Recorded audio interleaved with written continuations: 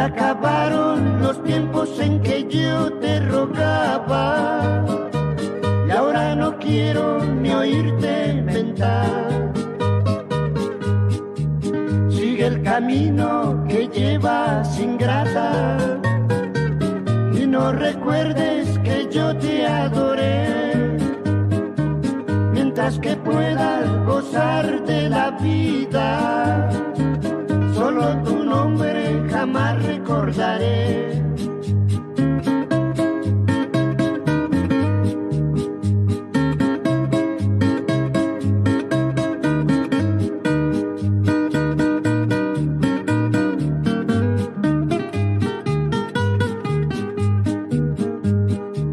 Cuando te halles mujer sin amparo y sin que nadie se duela de ti, le pido a Dios que te mande un castigo, porque ese amor fue falso para mí. No he conocido tristezas en la vida como las de una mujer enamorada que pretendía burlarse de un hombre. Pobrecita mujer, no vales nada.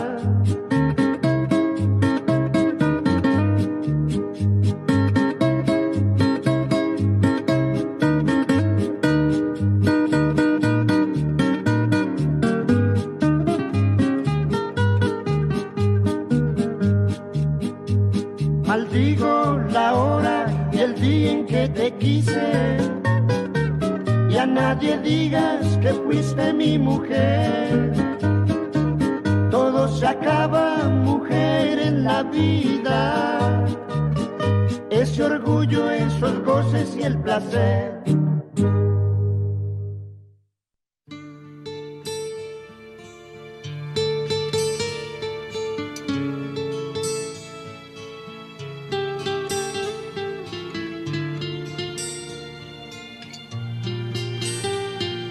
WHCR 90.3 FM, New York.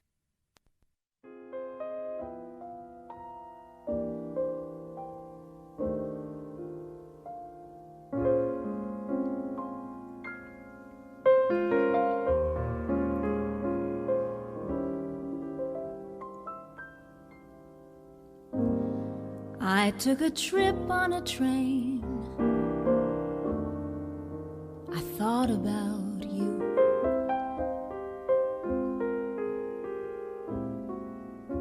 I passed a shadowy lane and I thought about you.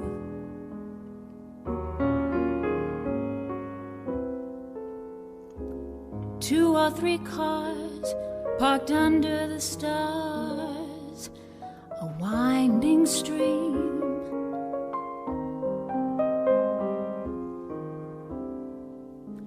Moon shining down on some little town, and with each beam, same old dream. At every stop that we made, I thought about you.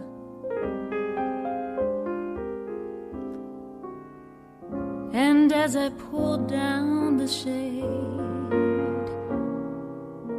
I really felt blue. I peeked through the crack and looked at the track, the one going back to you. And what did I do? I thought about you.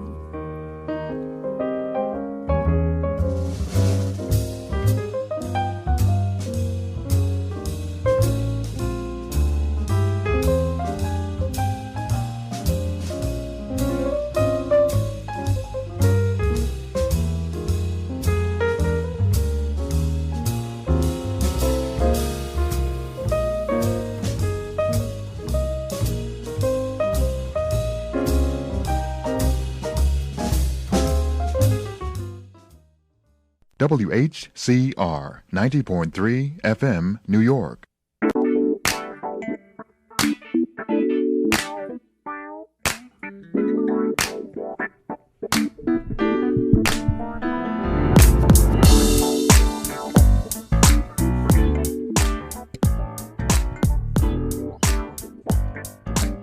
Welcome to From City to the World. I'm your host, Vince Boudreau, the president of the City College of New York. From City to the World is a show about how the work that we're doing at City College matters to people across the city and throughout the world. We'll discuss the practical application of our research in solving real-world issues like poverty, homelessness, disparities in wealth, mental health challenges, and immigration. This month, in celebration of Black History Month, we're saluting the 100-year anniversary of the Harlem Renaissance and the New York Public Library Schomburg Center for Research in Black Culture. According to Weebly.com, no one knows exactly when the Harlem Renaissance actually started, but people of African descent started migrating from the South and the Caribbean into New York City during the early 1900s. In the 1920s, Harlemites were treated to an explosion of paintings, plays, novels, poetry, and short stories, poems, and jazz, all of which defines the Harlem Renaissance, and you see every day as you travel the neighborhoods around City College today. There were well-known writers of the time. They included Zora Neale Hurston, Alan Locke, Langston Hughes, Claude McKay, and James Baldwin. Jacob Lawrence's paintings portrayed stories of African migration from the south to the north, and James Van Der Zee was taking photos of middle-class African-American families all through that age. The Renaissance was in full swing in 1927 when Duke Ellington took over the bandstand at the Cotton Club. The accomplishments of African Americans in Harlem during that era are too numerous to mention, but I'll say if you walk the neighborhoods around City College, you see the footprints and the legacy of that creative explosion. The talented men and women who started the Harlem Renaissance may be African America's greatest generation because through their art, they defined African American life, which was often different than the way the larger society portrayed it. Now, one institution that took shape during the Harlem Renaissance is the Schomburg Center for Research in Black Culture. And we'll talk more about the Schomburg later in the show on the second half, when the grandson of Alfonso Schomburg, Dean Schomburg, will join us to talk about his grandfather's historical achievements and a little bit about the Schomburg Center itself, Schomburg Library. But at the moment, we are really privileged, and I'm personally excited to have Assistant Professor Laurie Woodard with us. Laurie is an assistant professor in both the History Department and the Black Studies program here at City College. Her research focuses on the intersection between the cultural and the political realms, drawing from performance studies, critical race theory, and women and gender studies. Her work has appeared in the New York Times and American Quarterly. In addition to receiving the National Endowment for Humanities Schomburg Scholar in Residence Fellowship, she also received the Sylvia Arden Boone Prize. Professor Woodard began her professional life as a dancer with Dance Theater of Harlem. She has a BA in History from Columbia University, a PhD in History and African American Studies from Yale University, and she's currently completing a manuscript on the life and work of performing artist and civil rights activist Freddie Washington. And I'm really looking forward to hearing a little bit more about that as the conversation continues. But Professor Woodard, welcome to From City to the World. Thank you. It's wonderful to be here. I'm really glad you're able to make time for us, and especially during Black History Month. And to start us off, I'd like to just have you tell us a little bit about your career. You started as a dancer in the Dance Theater of Harlem. You're now a historian. And I wonder in your thinking how this connection between your life as an artist and your life as a historian, how has that played out, and what's the pathway that's brought you to this point? Yeah, in a nutshell, I would say I'm a cultural historian, Okay. which enables me to think about arts and cultural production, the history of that, the ways in which artists interact with other artists and with larger communities. I did start off with Dance Theater of Harlem, which is another cultural icon and institution here in Harlem, in the city. And I just started out as a student in the school for a summer when I finished high school, and then joined the company and toured nationally and internationally with them. And then at the same time, I was always sort of aware that I wanted to be or I wanted to have access to traditional education. I certainly got a fantastic education with the company in terms of Arthur Mitchell, the director, insisted when we were in Russia, for example, that we visit the Hermitage. And so, we saw a lot of these amazing things, the Paris Opera and, all these institutions that were there around the world. But I, at the same time, when I made the decision to go from high school to a dance career, not going to college right away, I always knew I wanted to be traditionally educated. I wanted to be well-read. Right. And so when I stopped dancing, I spent some time in Europe, actually as a fashion model, of all things, and then, which also has impacted my work in ways. But then I decided to come back to the United States and pursue a traditional education, a liberal arts education. But my experiences as an artist and as a model in terms of thinking about cultural production, but also the ways in which race, gender, class impact those art forms and the ways in which those art forms can impact our conversations about those larger issues, right?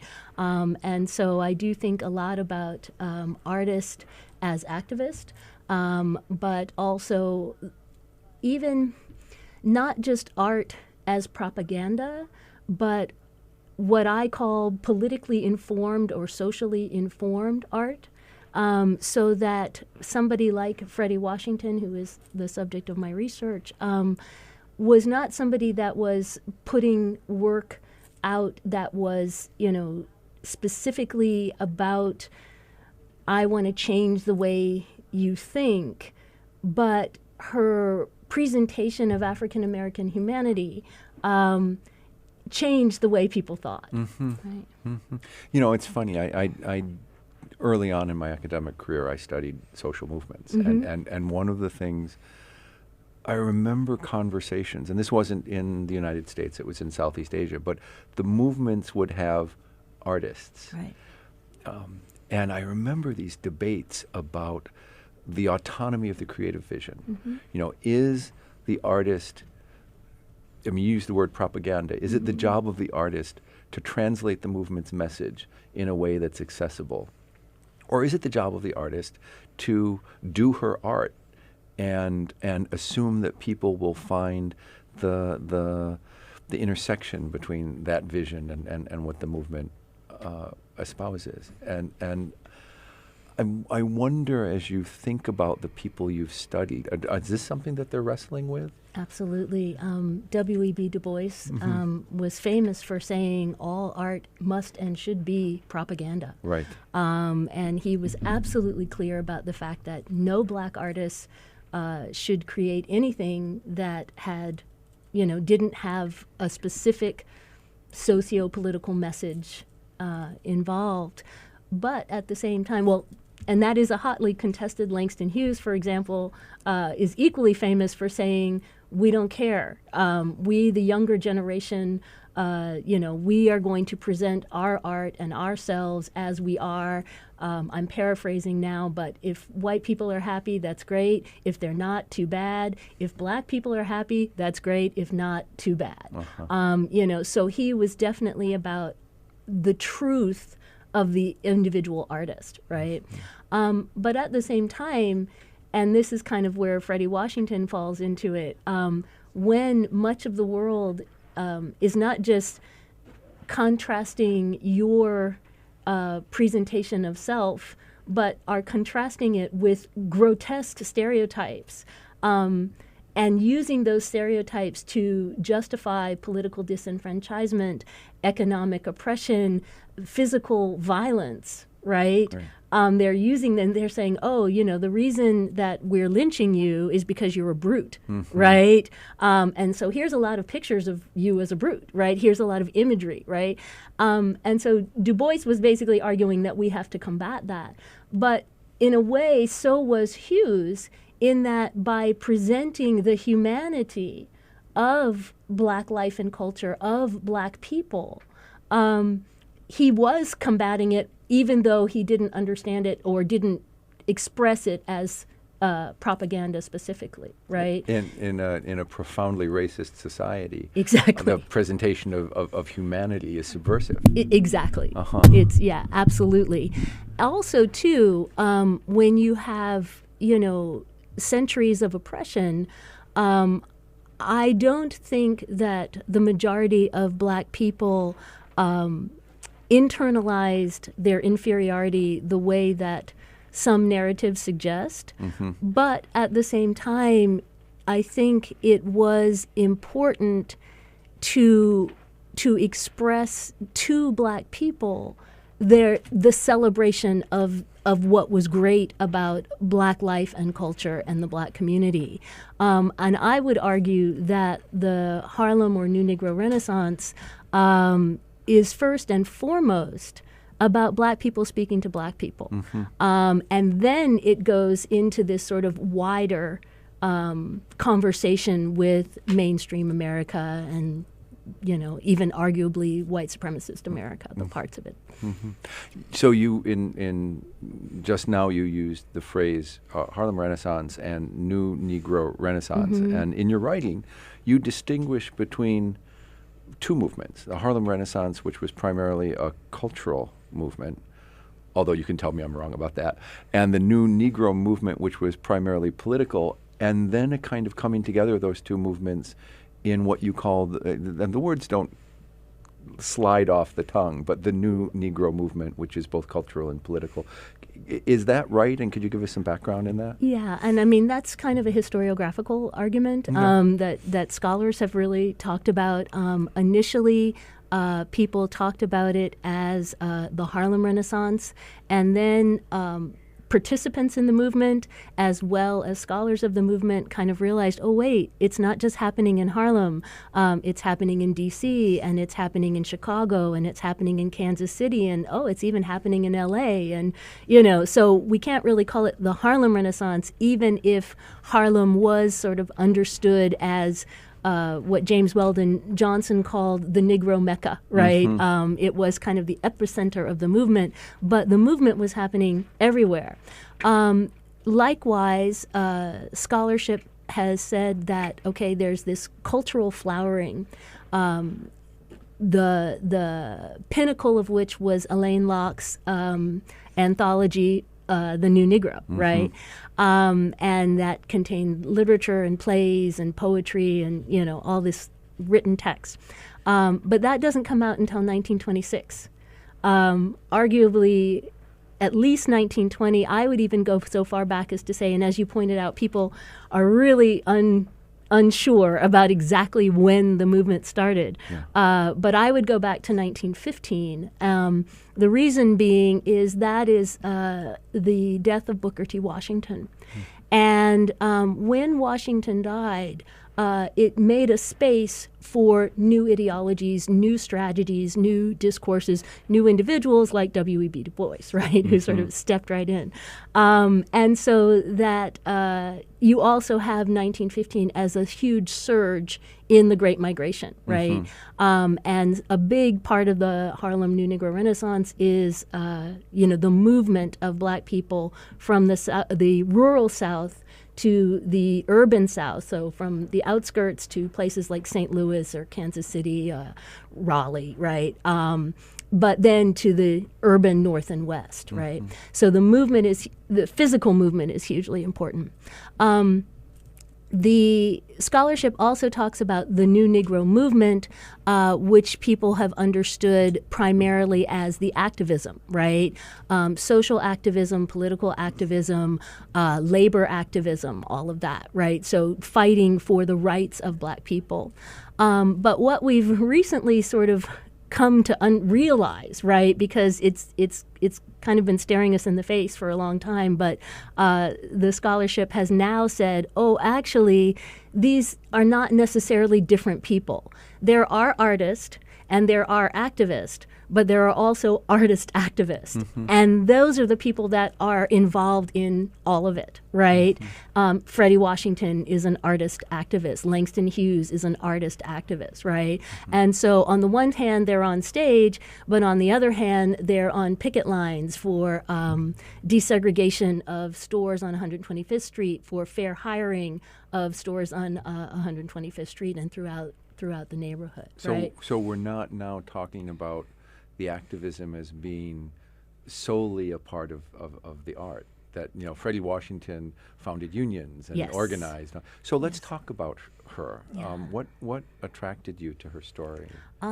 Actually, and Freddie Washington crosses over with Arturo Schomburg as well. But I found her because I was at the Schomburg Center many, many years ago, and there was a photo exhibit by two guys named Morgan and Marvin Smith, who were twin brothers, originally from Kansas, and they ended up in Harlem in the 1930s.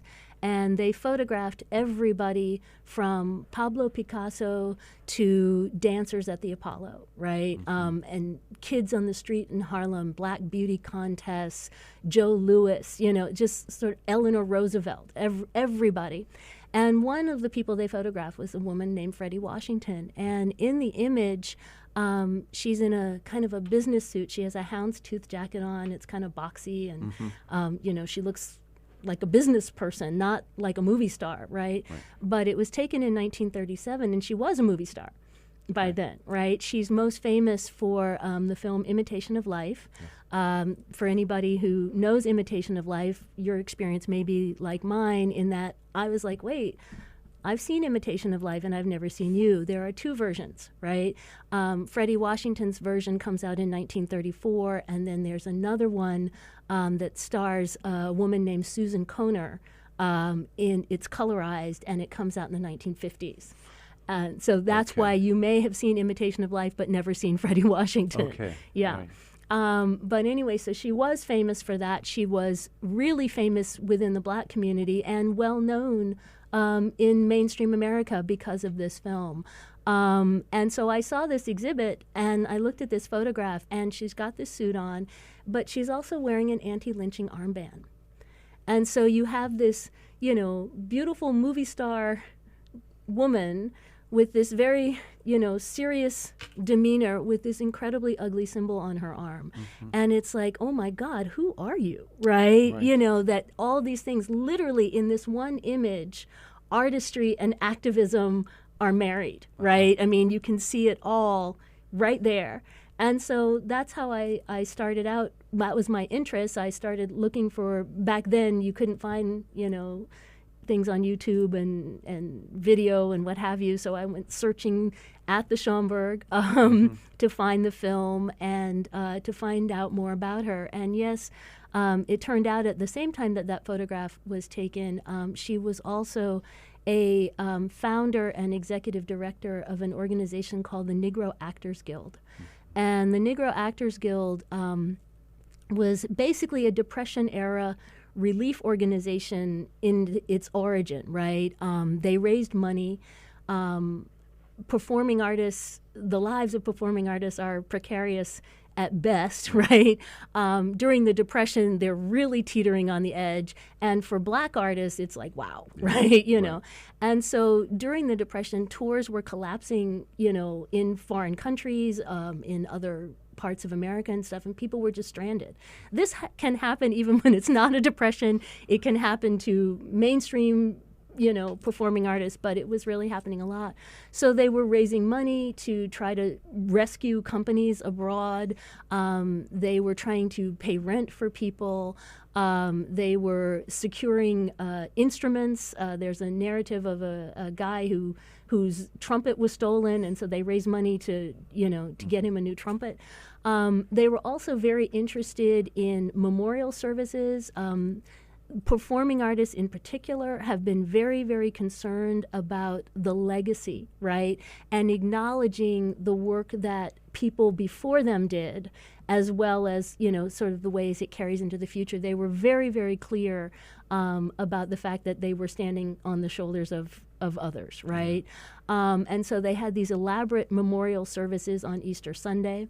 At a moment, really, when African American performance was at the moment of moving from face-to-face performances that disappear to performances that could be recorded and viewed on a screen and preserved. So it's a nice moment early in that to sort of say, we know these other people are going to be forgotten, so we're going to make a point to acknowledge them. Right, exactly, and their significance. They, to that end, they were very much involved with Arturo Schomburg. He was the Guild's first historian. And so his collection and the work that he was doing was also tied to the performing arts. And Washington, by the 1940s, she's still performing, right? Because a lot of times we think of, again, the Renaissance as arts and it's sort of ending, and then there's all this activism, right, that leads into the civil rights movement with a capital C, right? But it's actually ongoing. And she's a writer in the 1940s, as well as continuing to perform on stage and in film. But she's a writer for Adam Clayton Powell Jr.'s newspaper, The People's Voice. I want to come back to that in a second. But first, I have to say this. You are listening to From City to the World on WHCR 90.3 FM in New York. I'm your host, Vince Boudreau, the president of the City College of New York. My first guest today is City College professor Laurie Woodard, and she's an assistant professor in the history department in the Black Studies program.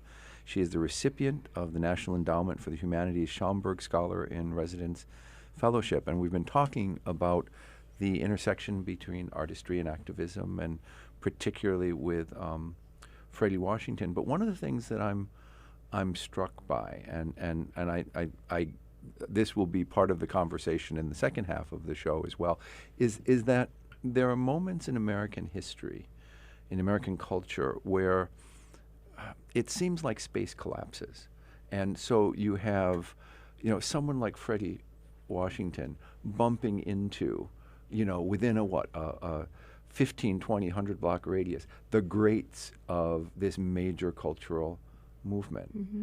And I wonder a couple things. Like I wonder, what would she have been someplace else, first of all?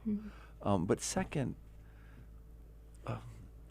what is that, as we think about the 100 years or so since the beginning of this movement, what does it mean for us to be situated geographically, historically, in this place where all of this happened and it was so kind of densely conceived? Yeah, I think that it's a really important and also difficult question, insofar as part of the reason that all these people were concentrated together was because of segregation. No, we did not have de jure segregation in the North, but we had de facto segregation, right? The 110th Street line, right? But I think that that did mean that, people were right together, and the African American cultural, social, political community was all lumped into various spots. As I said, it's not just Harlem, but they're in concentrated spots. Subsequently, they're constantly talking to each other and seeing each other's performances and reading each other's texts and writing letters and, all of this. So they're constantly, speaking. And again, it's a controversial argument, but that without segregation, would you have had that? And to me, I'm not sure I would say it was worth it. That segregation was too much of an evil, right? But at the same time, there is this concentration of talent and energy that happens because of it.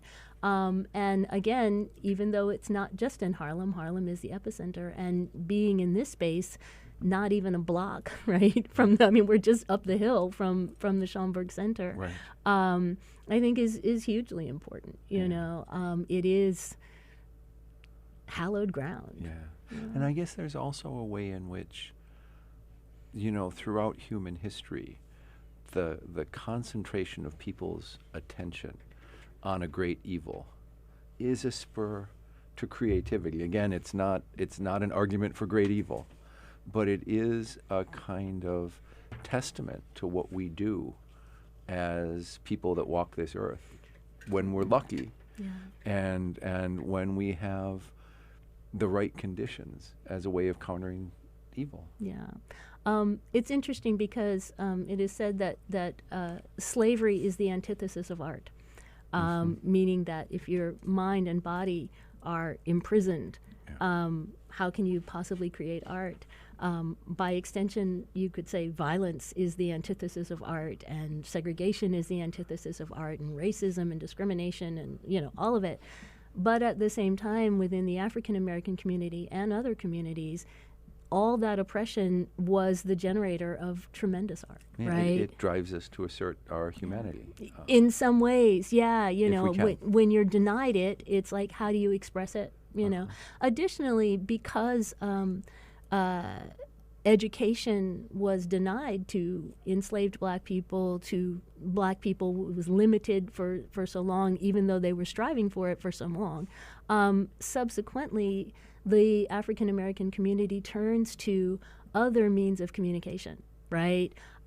We talk about the quilts during slavery, but we talk about blues songs and jazz performances and spoken word poetry, right? Not just poetry that was written down, but you know, the oral traditions, right?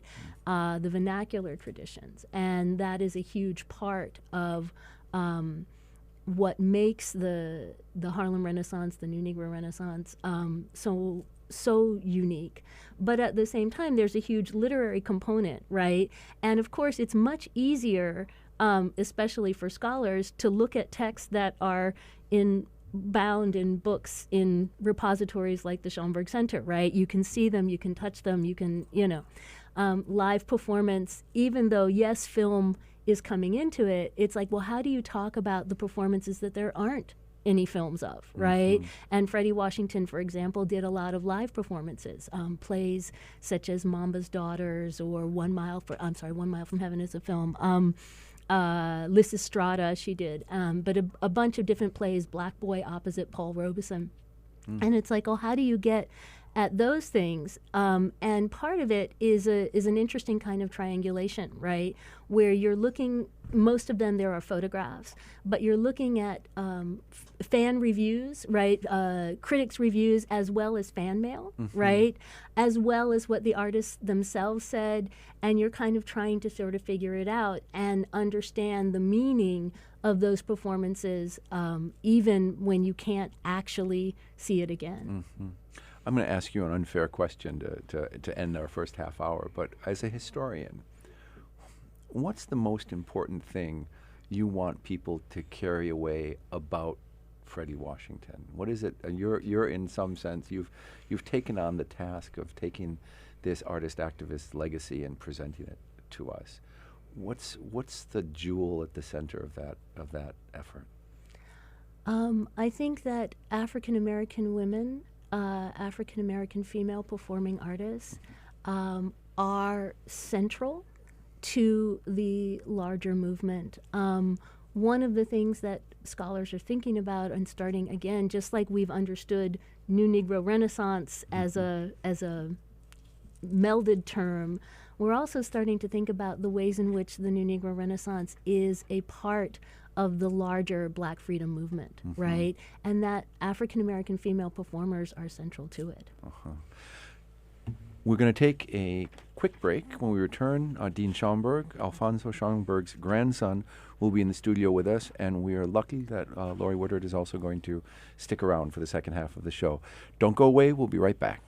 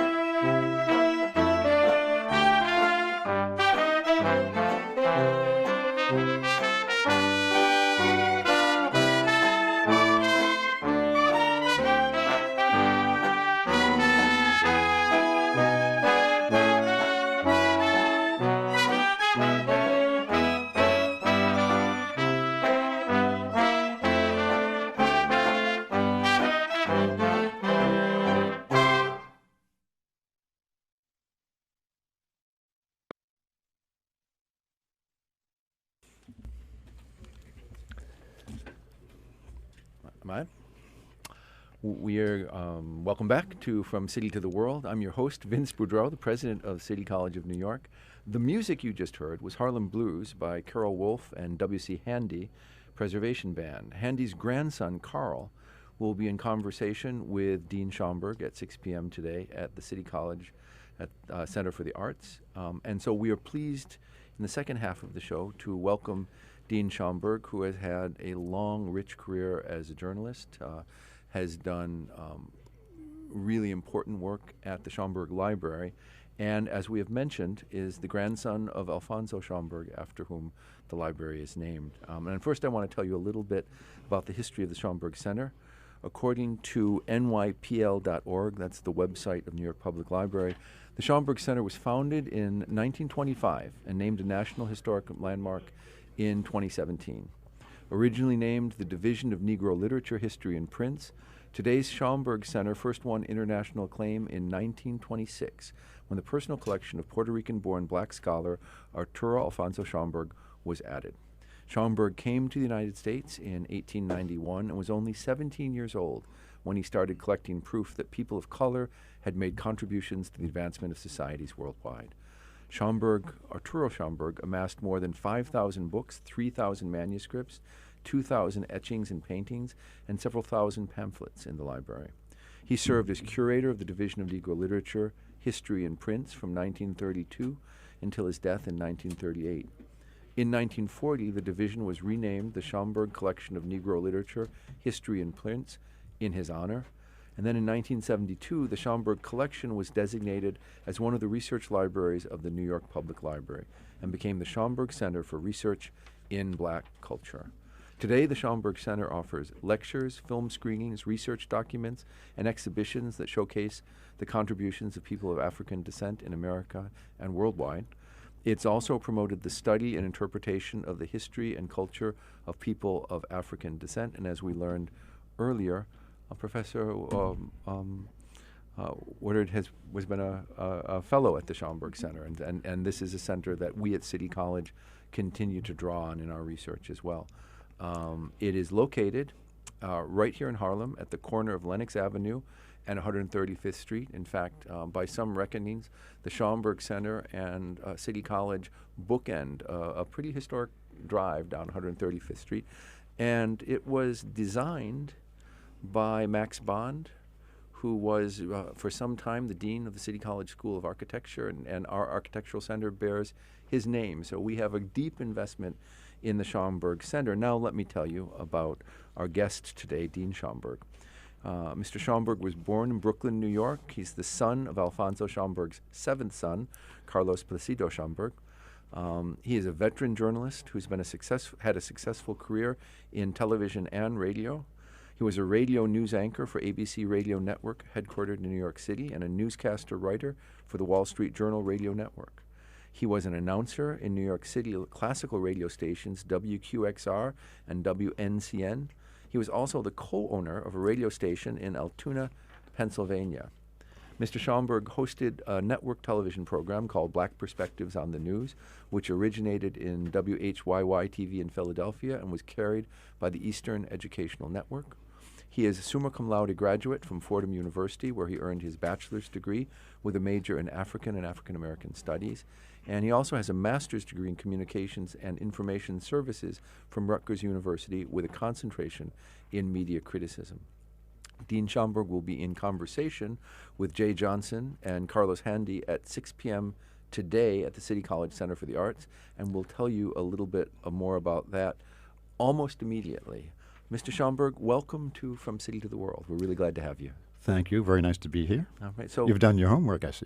Oh, yes, I've done it, and so has my crack research team. And now we all know why you were a radio host for so long. You've got a beautiful on-mic voice. They kept telling me that, so I figured I got to do something with this, right? So let's jump right in and talk about what's going to happen tonight at Aaron Davis Hall. You will be in conversation with Jay Johnson, who was the head of the National Security the Homeland Security Office for Barack Obama, and also in conversation with Carlos Handy, who is another descendant of a notable Harlem cultural figure. Can you tell us about what it's going to be today, insofar as you know, conversations are open-ended, and how it came to pass that the three of you will be talking to each other tonight? Okay. So it all came to pass because of music. Jay Johnson, who was the Homeland Secretary in the Obama administration, was on WBGO. He did a guest presentation with Bob Porter, who does the blues show on WBGO. I guess maybe people know that radio station. Yeah, it's do. a jazz station. It's a great station. Yeah. And so is this one. And I listened, and I heard Jay Johnson doing this show with Bob Porter, and I said, wow, that's pretty interesting. This was about a year ago. Okay. And I said, well, I got to see if I can get a hold of Jay, because I'm also a trustee at the National Jazz Museum in Harlem. And we have a program there that we do. It's kind of like a podcast. So it's an internal audio presentation. We call it Harlem Speaks. So I said, well, Jay, I know that he's a jazz fan. I think that he could come to do our program at the Jazz Museum. So I called him. Well, let me cut it a little shorter. So I called him. I got a hold of him at his law firm, Paul Weiss Rifkin, downtown. And I said who I am. And I explained to him that we have this program. It's an audio program. And would he like to take part? I said, it's not about music necessarily, but it's about how the jazz or the music that you know, how it impacted the work that you do and the life that you lived. And so he said, fine. So in the course of our conversations, we emailed each other, and then he mentioned, my grandfather, Charles S. Johnson, Charles Spurgeon Johnson, was a leading light in the Harlem Renaissance. And I said, oh, well, so was my grandfather. I said, my grandfather was Arturo Schomburg, and he was kind of active in the Harlem Renaissance. So I said, do you suppose that they knew each other? So Jay said, yeah, probably. Jay was pulling my leg. I didn't know it at the time. So we did the show. And at the show that we were doing at the Jazz Museum, Jay said, well, listen, we have, it's interesting that he says, I feel like you're a long-lost cousin.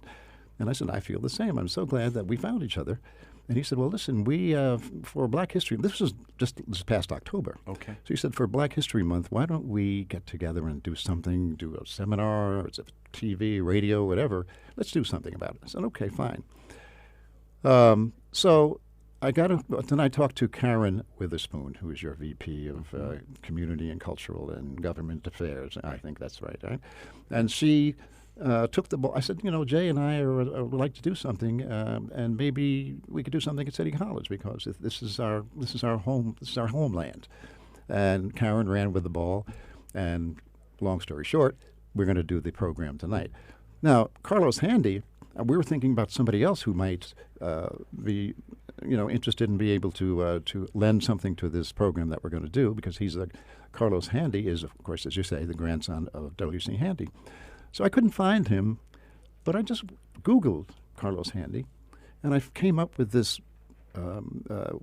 resume, and I didn't understand a word of what this. He's a physicist, and I didn't understand anything about what he was doing. Right. But turns out he was at Texas Southern University in Houston. Okay. I called him, and the secretary says, "Who's calling?" Dean Schomburg.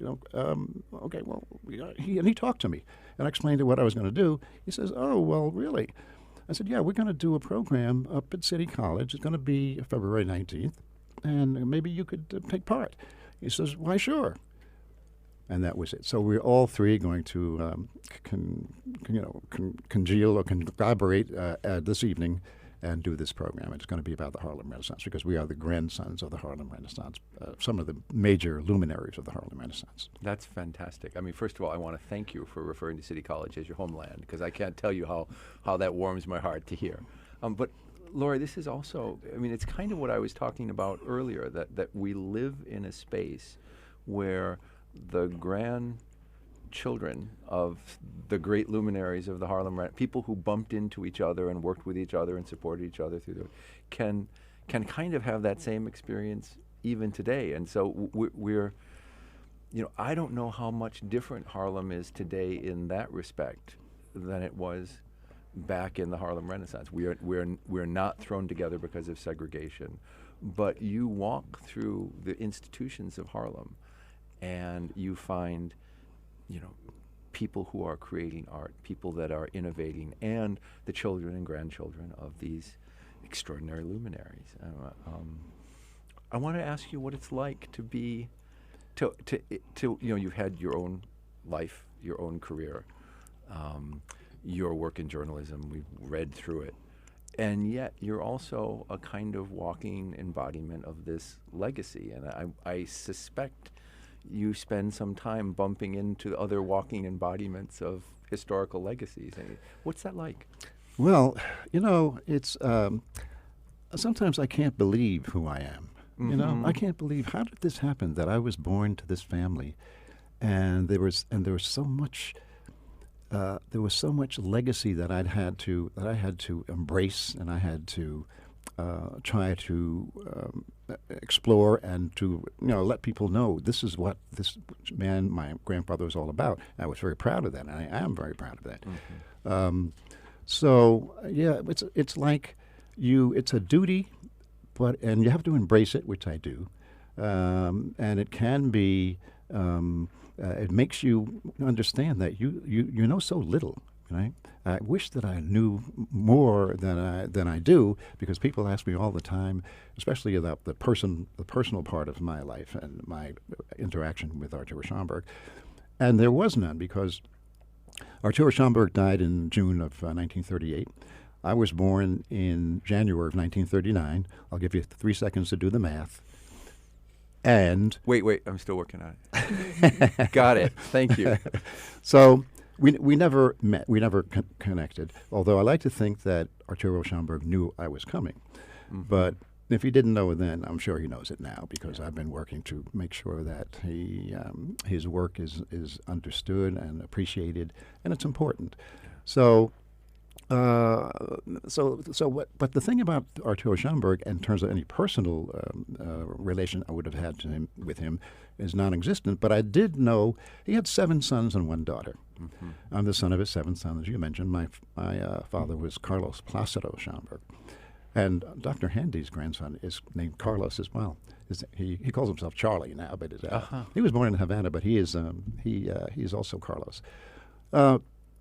So the thing is that I never had a chance to talk to him, but only through his sons did I learn something about him. And what I learned was that his passion for collecting these items, its ephemera, these the art, the literature, everything that he collected, was so important to him that he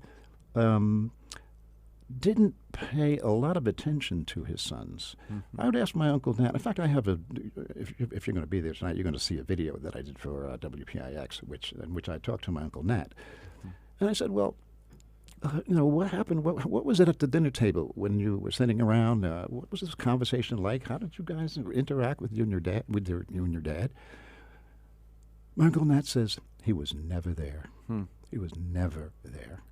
And so then I began to understand that the passion that he had for doing his work kind of overruled anything else. So he left all of left to his wives. He had 3 wives, all of whom were named Elizabeth, as I'm sure you know.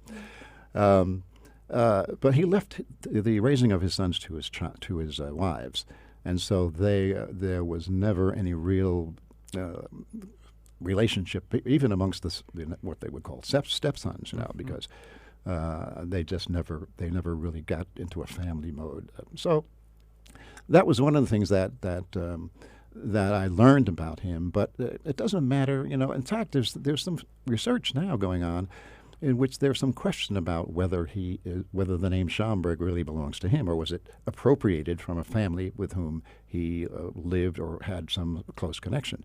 The Dr. Heidi Richard, do you know Dr. Richard? No, I do You not. don't? She's at the University of Puerto Rico, and she's a genealogist, and she has done a lot of research about the Schomburg name, because everybody asks, well, where does that name come from? Well, Schomburg, the origin of the name, of course, is German, and one of the Schomburg's father, who he called a mestizo, which is like a mixed race, right? Yeah. Was Carlos Federico Schomburg. So the thing is that we don't know really about the name. There's some question about that. But I think that truth is where everything lies. So I don't want to gloss over the fact that there are these issues that some people think. Some people also say that he was not that he abandoned his Latinidad, his Latin roots, because he never went back to Puerto Rico, and he. Kind of maybe adopted Arthur as his name rather than Arturo, although that changed. I think there was a kind of a transmogrification or something he did when he was Arturo and then Arthur and then back to Arturo. So all of that, in terms of what I learned about him, is all secondhand. So I don't have any real primary source information I can give about him. But it's just that I feel like I'm blessed that I have this this legacy to protect and to nourish if I can. This is WHCR 90.3 FM. The show that you're listening to is From City to the World, and I'm your host, Vince Boudreau, the president of the City College of New York.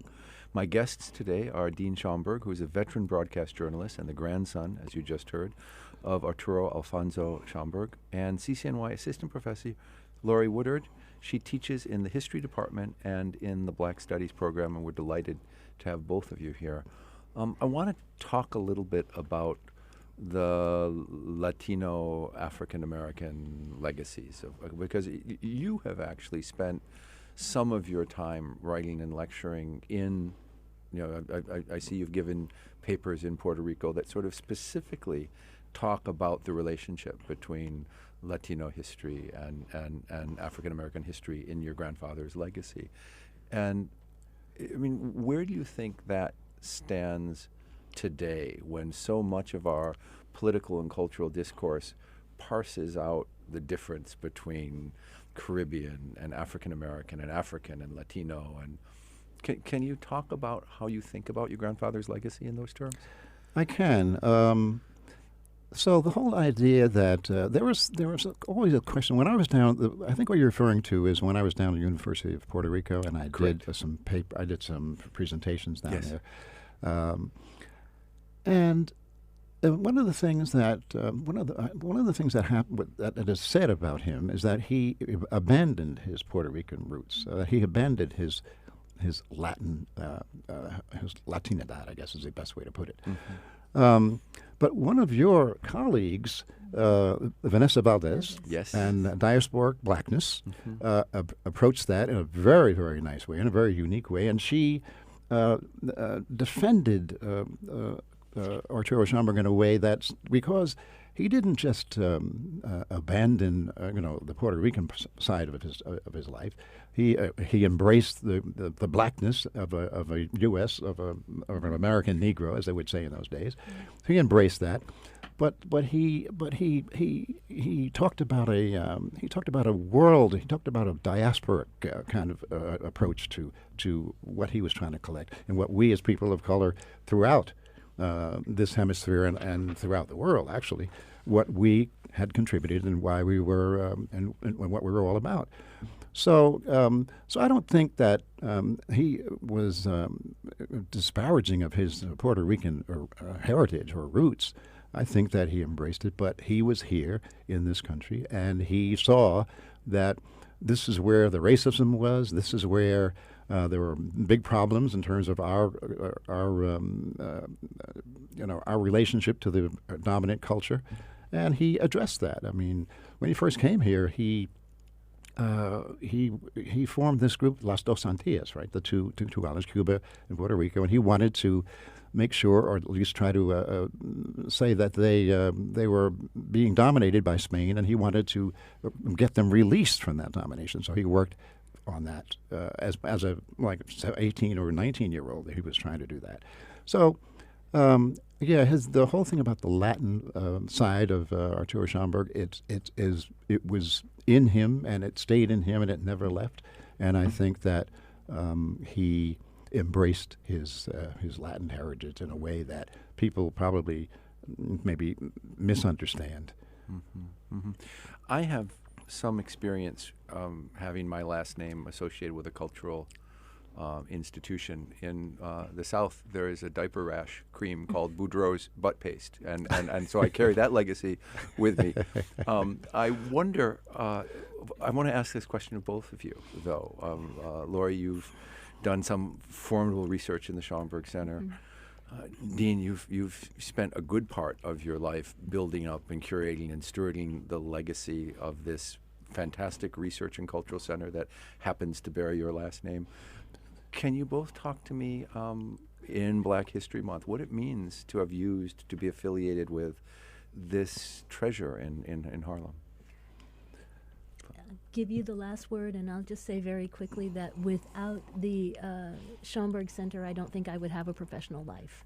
It is the center. Freddie Washington very graciously donated her papers to the Schomburg Center. As I said, I discovered the photograph at the Morgan and Marvin Smith exhibit at the Schomburg Center.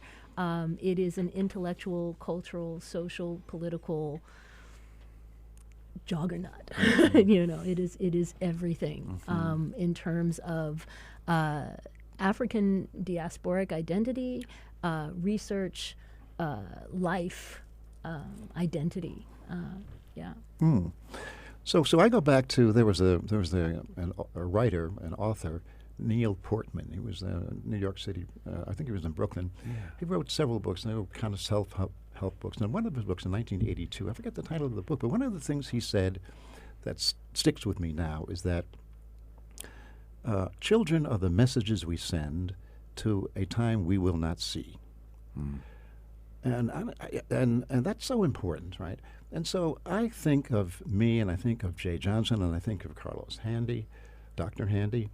I think that that's what we can do. We can bring these messages to that were assigned to us in a way by the Creator, and we can bring these messages to the greater audience, the greater people whom we are in touch with, and we can. I'm here on the radio now, and I'm talking about it. So that's the kind of thing that I think I can do to be part of the whole Black experience.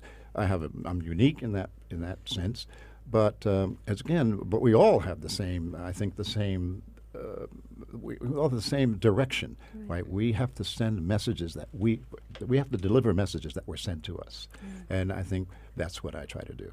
Fantastic. We have very, very quickly, it seems, run out of time. So I want to thank you for listening to From City to the World. A special thanks to our two fantastic guests, Professor Laurie Woodard, who's the recipient of the National Endowment for the Humanities Schomburg Scholar in Residence Fellowship, and a veteran journalist, Dean Schomburg, the grandson of Alfonso Schomburg, also a trustee of the National Jazz Museum of Harlem, where we are starting to do some work, so I appreciate your work there.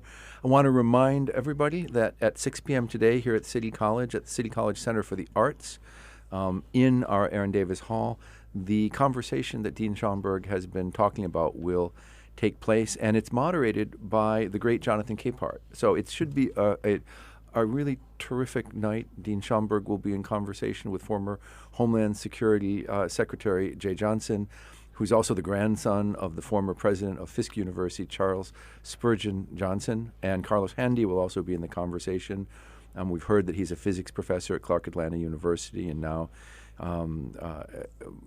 is down at Southern, what did you say? Texas Southern. Texas Southern University. Yeah. But he is the grandson of the creator of ragtime music, W.C. Handy. So you will see history reflected and articulated tonight at Aaron Davis Hall. City College Center for the Arts is located on the campus of City College at Convent Avenue at 135th Street, and tickets are still available for that. Now, if you missed any part of this show, you can go to whcr.org and click on From City to the World banner. You can watch this show and others that we have archived there. You can also go to ccny.cuny.edu and search for From City to the World and hear the podcast. This show is produced by Angela Harden, yours truly, Vince Boudreau. The board operator is Angela Harden. I am your host, Vince Boudreau, the president of the City College of New York, and I thank you for joining us for another edition of From City to the World. Thanks, everybody.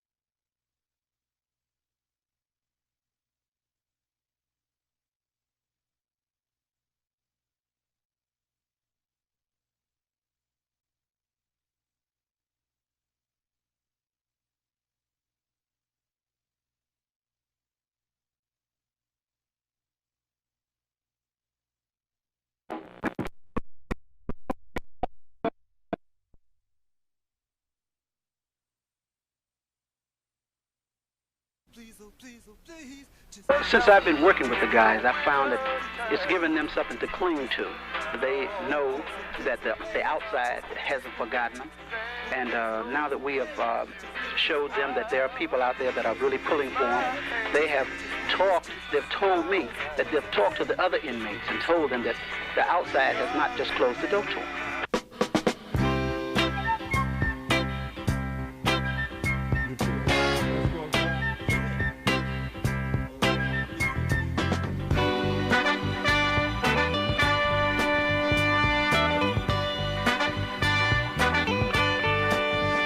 By the time I get to Phoenix, you'll be waiting. By the time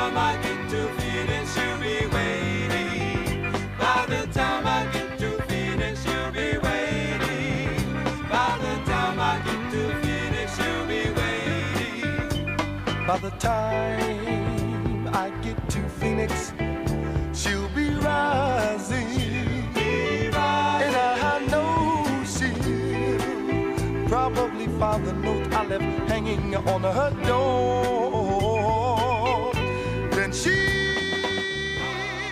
That's right. You're listening to Unlock with your host, Ricky Jones. We are privileged today to have in the studio with us on Unlock a Law B from a law school, and we also have Brother Khalil.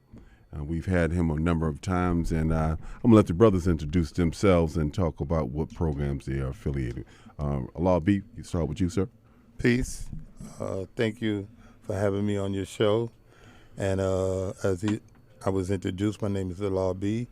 I'm from a law school in Mecca, a member of the 5% Nation of Gods and Earths, and I have a huge history, huge meaning large history, in Harlem as well as New York State, and I guess on the East Coast as well. And with the advent of the internet worldwide, hopefully I reach many people with knowledge of self and enlightenment, and improvement, of self. And thank you. My brother Khalil.